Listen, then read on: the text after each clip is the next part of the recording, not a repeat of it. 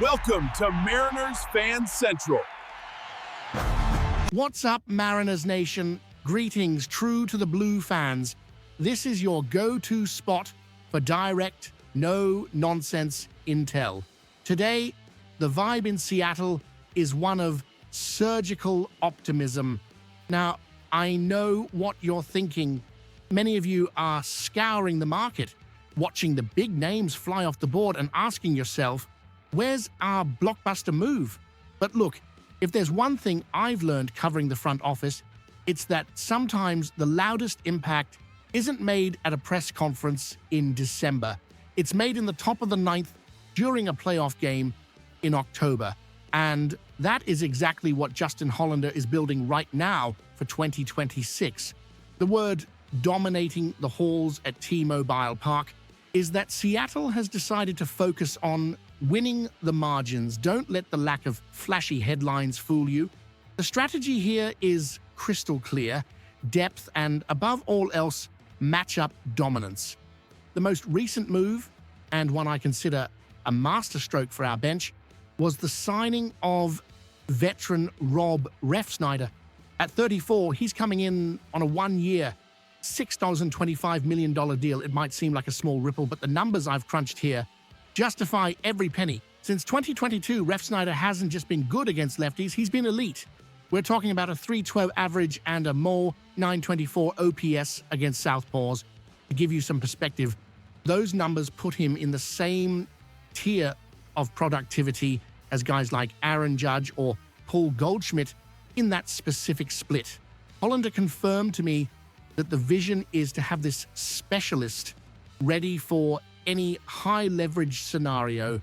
If the opposition brings in a tough lefty to face Cal Raleigh or Josh Naylor, Dan Wilson now has an automatic weapon sitting on the bench. It's the kind of tactical balance we lacked in those gut-wrenching moments last season. And speaking of balance and neutralizing lefties, we can't ignore the other side of that coin, our bullpen defense. The trade that sent Harry Ford, and yes, I know he was one of our most beloved prospects, to the Washington Nationals wasn't easy to swallow, but the return was surgical. We got Jose Ferrer. Now listen closely, despite that 4.48 ERA last year, the advanced metrics, the FIP, and the XRR show he was one of the unluckiest pitchers in the league. The guy pumps a 98 in Mejia sinker with a ground ball rate hovering around 65%. In our ballpark, that is a recipe for absolute dominance.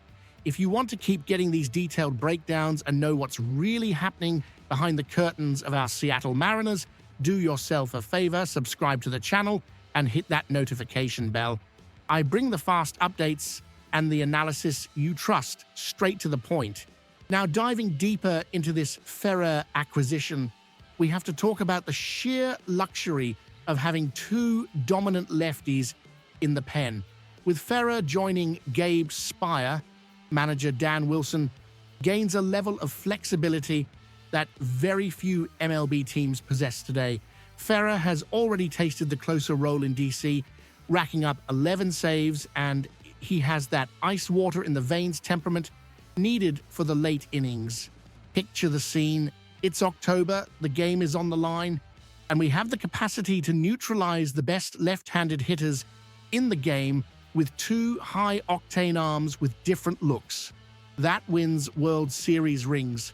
What I'm seeing here is a fundamental shift in philosophy. Instead of blowing the entire budget on one superstar who may or may not adjust to the Seattle Marine layer, the front office is bulletproofing the roster. They are looking at the specific spots where we tripped up in 2025, like the struggle to hit lefties under pressure and the lack of reliable lefty options in the pen besides Spire, and they are checking those boxes one by one.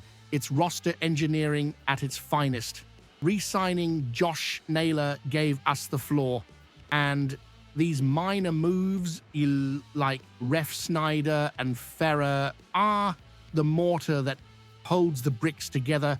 At the end of the day, The message I'm getting from inside the clubhouse is total belief in this model.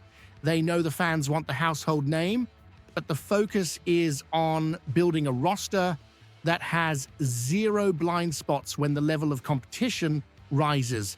Losing Harry Ford stings because he's a generational athlete, but with Cal Raleigh established as the best catcher in baseball, Ford was essentially blocked.